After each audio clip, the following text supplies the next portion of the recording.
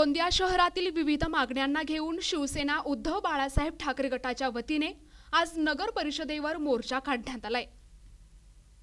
मागील 3 वर्षांपासून गोंदिया नगर परिषदेच्या निवडणुका न झाल्यामुळे गोंदिया शहरात सर्वत्र घाणीचे साम्राज्य पसरले आहे।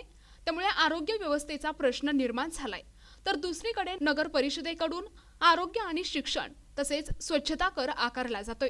मात्र गोंदिया नगर परिषदेच्या शाळा मोडकळीस आल्या आहेत। तर गोंदिया शहरात नगर परिषदेच्या वतीने एकही रुग्णालय नाही, तर स्वच्छतेचा बोजवारा उडाला आहे।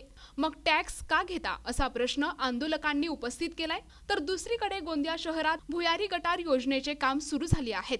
ती नियमबाह्य पद्धतीने सुरू आहेत। तर गटार योजनेच्या कामामुळे शहरातील रस्ते खराब झाले असून नगर परिषद याकडे लक्ष देत नाही असा आरोप शिवसेना जिल्हा प्रमुख पंकज यादव यांनी केला आहे।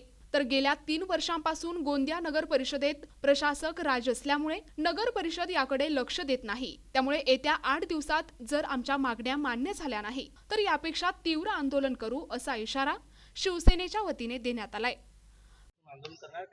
ज्यापर्यंत सीओ साहेब येणार नाही, आमच्या काही जी मागणी आहे त्यामध्ये काही देत नाही, त्यापर्यंत आम्ही या नगर परिषदच्या या प्रांगणामध्ये आपण बसणार।